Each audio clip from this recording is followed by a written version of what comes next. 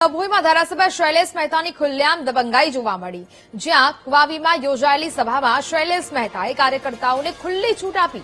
5 દિવસ બાકી છે, જે કરવું હોય તે કરવાની છૂટ છે, હું બેઠો છું ની વાત કરવામાં આવી છે। એમએલએ પોલીસ અને તંત્ર પર પોતાની પકડ હોવાનો પણ ગર્ભિત સંકેત આપ્યો છે। 13 તારીખે થયેલી બબાલમાં કાર્યકર્તાઓને બચાવી લીધાનો પણ ઉલ્લેખ કરવામાં આવ્યો।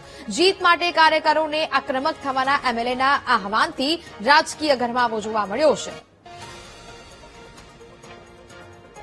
કારણ કે આ તો તમારી તાકાત પર જવાબદારી લેવાની છે, મહેનત તમારે કરવાની છે। 5 દિવસ બાકી છે, જે કરવું પડે એ કરજો, પણ આપણા તમામ ઉમેદવારોને જંગી બહુમતીથી જીતાડવાના છે। એના જે તમે કરશો એનામાં તમારી જોડે અમે તમામ ઉભા છીએ। જેમ 13 તારીખે થયું ને કોઈને કશું થવા નથી દીધું, એમ ફરીવાર પણ કોઈને કશું થવા નહીં દઈએ।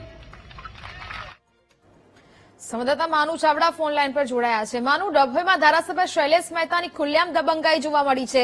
કાયદો અને પોલીસને તો જાણે ખિસ્સામાં લઈને ફરતા હોય તેવું ગર્ભિત ઉદાહરણ પણ તેમને આપ્યું છે। માનુ, પ્રદેશ પ્રમુખની હાજરીમાં આજે સભા યોજાઈ હતી ને એમાં ડભોઈના ધારાસભ્યએ નિવેદન કર્યું છે। કાર્યકર્તાઓને સંબોધતા કહ્યું કે જે ફોર્મ પાછા ખેંચ્યા 13 તારીખે તે દિવસે મારામારીથી હતી, ભાજપના કાર્યકરોને કંઈ થવા નથી દીધું।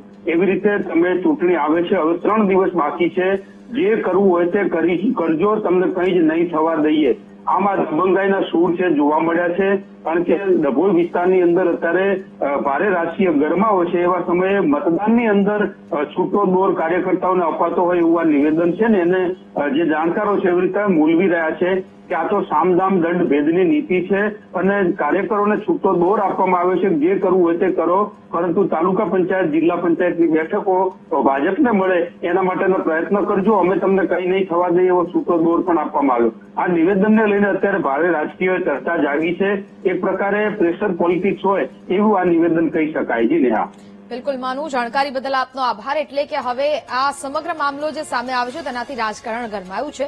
કાર્યકર્તાઓને ખુલ્લી છૂટ આપી દેવામાં આવી છે, જે કરવું હોય તે કરો, પરંતુ જે ભાજપની બેઠકો છે તે મળવી જોઈએ। એમએલએ શૈલેષ મહેતાની આ દબંગાઈ છે તે જોવા મળી છે। જીત માટે કાર્યકર્તાઓને ખુલ્લી છૂટ આપતા શૈલેષ મહેતા જોવા મળી રહ્યા છે અને ખુલ્લેઆમ તેમની આ દબંગાઈ અને 13 તારીખનું ઉદાહરણ પણ તેમને આપ્યું કે 13 તારીખે પણ બધાને બચાવી લેવામાં આવ્યા હતા। તે રીતે તમને કંઈ જ નહીં થવા દઈએ। 5 દિવસ બાકી છે, જે કરવું હોય તે કરો। એમએલએ પોલીસ અને તંત્ર પર પોતાની પકડ હોવાનો ગર્ભિત સંકેત જાણે કે આપ્યો હોય તેવી વાતનો તેમને ઉલ્લેખ કર્યો છે। 13 તારીખે થયેલી બબાલમાં કાર્યકર્તાઓને બચાવી લેવામાં આવ્યા તેવી પણ વાત કરવામાં આવી છે। જીત માટે કાર્યકરોને આક્રમક થવાના એમએલએના આહવાનથી હવે રાજકારણમાં ગરમાવો આવ્યો છે। જે કરવું હોય તે કરો, કંઈ થાય તો હું બેઠો છું, તે પ્રકારનું નિવેદન છે તે શૈલેષ મહેતાએ આપ્યું છે। વડોદરાના ડભોઈમાં જાહેર સભા પર તેમને આ નિવેદન આપ્યું છે અને તેમની આ દબંગાઈ જોવા મળી છે। તો વાવીમાં સભા યોજાઈ હતી અને આ સભામાં શૈલેષ મહેતાએ કાર્યકર્તાઓને ખુલ્લી છૂટ આપી છે। 5 દિવસ બાકી છે અને જે કરવું હોય તે કરવાની છૂટ આપી છે, હું બેઠો છું તેવી વાત તેમના દ્વારા કરાઈ। ફરીથી શૈલેષ મહેતાએ કેવા પ્રકારનું નિવેદન આપ્યું છે તે સાંભળીએ। કારણ કે આ તો તમારી તાકાત પર જવાબદારી લેવાની છે, મહેનત તમારે કરવાની છે। 5 દિવસ બાકી છે, જે કરવું પડે એ કરજો, પણ આપણા તમામ ઉમેદવારોને જંગી બહુમતીથી જીતાડવાના છે। એના જે તમે કરશો એનામાં તમારી જોડે અમે તમામ ઉભા છીએ। જેમ 13 તારીખે થયું ને કોઈને કશું થવા નથી દીધું, એમ ફરીવાર પણ કોઈને કશું થવા નહીં દઈએ।